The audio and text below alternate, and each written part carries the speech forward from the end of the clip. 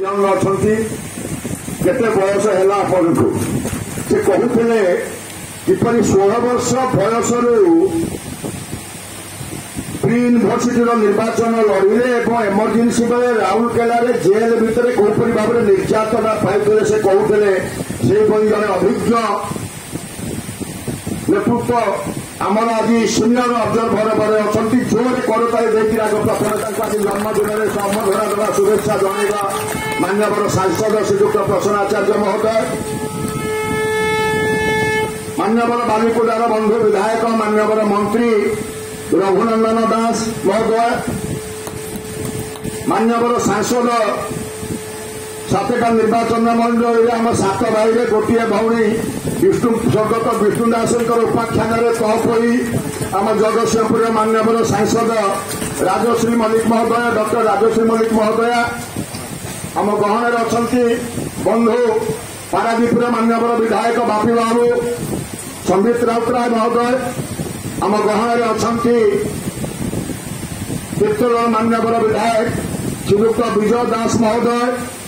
ଆମ ଗହଣରେ ଅଛନ୍ତି ପୂର୍ବତନ ଏମ୍ପି ଡକ୍ଟର କୁଳମଣି ସାମଲ ମହୋଦୟ ଆମ ଗହଣରେ ଅଛନ୍ତି ଜିଲ୍ଲା ପରିଷଦ ଭଉଣୀ ମହୋଦୟା ମହିଳା ବିଜୁ ଜନତା ଦଳର ସଭାନେତ୍ରୀ ବିଜୁ ଯୁବ ଜନତା ଦଳର ସଭାନେତ୍ରୀ ବିଜୁ ଛାତ୍ର ସଭାପତି ବିଜୁ ଛାତ୍ର ଜନତା ଦଳର ସଭାପତି ମଞ୍ଚ ତଳେ ଥିବା ଜିଲ୍ଲାର ସମସ୍ତ ପଦାଧିକାରୀ senior vice president adviser general secretary secretary ଏବଂ ଆଖିଟାକ ବ୍ଲକର ବିଜୁ ଜନତା ଦଳର ବ୍ଲକ ସଭାପତି ସମସ୍ତ ପଞ୍ଚାୟତ ସମିତିର ଅଧ୍ୟକ୍ଷ ଅଧ୍ୟକ୍ଷାମାନେ ଉପାଧ୍ୟକ୍ଷମାନେ ମ୍ୟୁନିସିପାଲିଟିର ପୂର୍ବତନ ଅଧ୍ୟକ୍ଷ ମ୍ୟୁନିସିପାଲିଟିର ସଭାପତି ଜଗତସିଂହପୁର ପାରାଦୀପ ସମସ୍ତ 26ଟା ଜିଲ୍ଲା ପରିଷଦରୁ ଯେଉଁମାନେ ଅଛନ୍ତି ଆମର 23ଟି ଜିଲ୍ଲା ପରିଷଦ ଜିତିଛନ୍ତି ସମସ୍ତ ଜିଲ୍ଲା ପରିଷଦ ସଦସ୍ୟମାନେ ଅନ୍ୟାନ୍ୟ ଯେଉଁମାନେ ପ୍ରମୁଖ ଅତିଥିଗଣ ବିଶିଷ୍ଟ ଅତିଥିଗଣ ଜିଲ୍ଲା ନେତୃତ୍ୱର ଜିଲ୍ଲାର ସଂଗଠନର ଆବଶ୍ୟକତା ପାଇଁ ଯେଉଁମାନଙ୍କୁ ଆଜି ସୂଚନା ଅଛି ସମସ୍ତଙ୍କୁ ମୁଁ ପ୍ରଥମେ ଆପଣମାନଙ୍କୁ ପ୍ରଣାମ କରୁଛି ଇଏ ହେଉଛି ଜଗତସିଂହପୁର ଜିଲ୍ଲା ଏଠି ମୁଁ ବିଶେଷ ଭାବରେ କ'ଣ କହିବି ମାର୍ଗଦର୍ଶନ କରିବି ଯାହା ବନ୍ଧୁ ସଭାପତି ମୋତେ କହିଲେ ସେଇଆ ନୁହଁ କାର୍ଯ୍ୟ ଆପଣମାନଙ୍କର କାର୍ଯ୍ୟ କରିବେ ଆପଣମାନେ ମୁଁ କେବଳ ଛୋଟିଆ ଗୁଣ୍ଡୁଚି ମୂଷା ଭଳି ଆପଣମାନଙ୍କ ସହିତ ସହଯୋଗରେ ରହିବି ଏତିକି କଥା ଦେଇକିରି ଗଣମାଧ୍ୟମର ପ୍ରତିନିଧି ବନ୍ଧୁମାନଙ୍କୁ ସ୍ୱାଗତ କରି ସହଯୋଗ କରିବା ପାଇଁ ନିବେଦନ କରି ମୁଁ ମୋର କଥା ଆରମ୍ଭ କରୁଛି 25 ବର୍ଷର ସରକାର ନବୀନ ପଟ୍ଟନାୟକ 2024 ମସିହାରେ 25 ବର୍ଷକୁ ଆମେ ପଦାର୍ପଣ କରୁଛେ 97 ମସିହାରେ ବିଜୁ ଜନତା ଦଳ ଗଠନ ଖୁବ୍ ଶୀଘ୍ର ଆମେ ସିଲଭର ଜୁବୁଲି ପାଳନ କରିବା ପାଇଁ ଯାଉଥିଲେ ଦଳ ଗଠନର 25 ବର୍ଷ ପୂର୍ତ୍ତି ଆପଣମାନେ ପାଳନ କରିବେ ରାଜ୍ୟ ତରଫରୁ ତାର ଖସଡ଼ା ବିଭିନ୍ନ ଏକ ବିରାଟ କାର୍ଯ୍ୟକ୍ରମ ଆପଣମାନଙ୍କ ପାଖକୁ ଆସିବ